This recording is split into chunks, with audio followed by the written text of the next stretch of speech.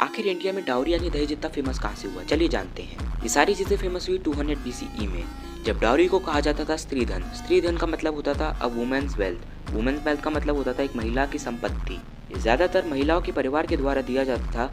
अगर महिला को कोई अपने नए घर में कोई चीजें या जरूरत हो तो वो पहले से ही फुलफिल हो जाती थी, यानी ज्वेलरी, क्लोथ्स और हाउस होल्ड के आइटम्स जो बेसिक नीड हैं वो पूरी हो सके उनके नए घर में।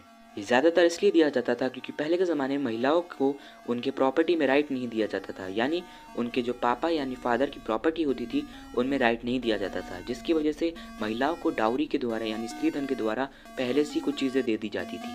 ब्राह्मण ज़्यादातर इसे गिफ्ट की तरह देखा करते थे, यानी अगर वुमेन को नए घर मिला है यानी उनके न्यू होम में आई हैं वो, तो उनको इंडिपेंडेंस मिलनी चाहिए, जिसकी वजह से उनको किसी से डिपेंडेंट नहीं रहना पड़े, इसलिए उनको पहले से कुछ चीज़ें दे दी जाती थी अगर उनको इंडिपेंडेंस महसूस करनी है नए घर में तो। फिर इसे सोसाइटी ने फिर से शेप करा और इसको पॉपुलर कर दिया।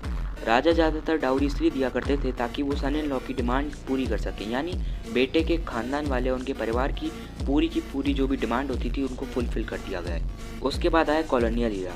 ब्रिटिशर्स ने रिस्ट्रिक्ट कर दिया प्रॉपर्टी राइट टू वुमेन्स, जिसकी वजह से डाउरी एक ऐसा वे बन गया जिसकी वजह से डाउरी एक डॉटर को एक तरह से वेल्थ देने के बराबर हो जाती थी, और इसकी वजह से ब्रिटिशर्स ने डाउरी को और फेमस कर दी। फिर आज के ज़माने में लोग डाउरी को एक कॉमन प्रैक्टिस की तरह देखने लग गए। Asking dowry is common nowadays. इसकी वजह से लोग एंग्री भी हो जाते हैं, यानी ग्रूम के परिवार वाले यानी उनके दूल्हा के परिवार वाले भी एंग्री हो जाते हैं अगर उनकी डिमांड्स को फुलफिल नहीं करा जाता है। इसको आज अब्यूज़ की तरह देखा जाता है रेदर देन अ ब्राइड्स प्राइड, जो पहले के ज़माने में हुआ करता था। Thanks for watching.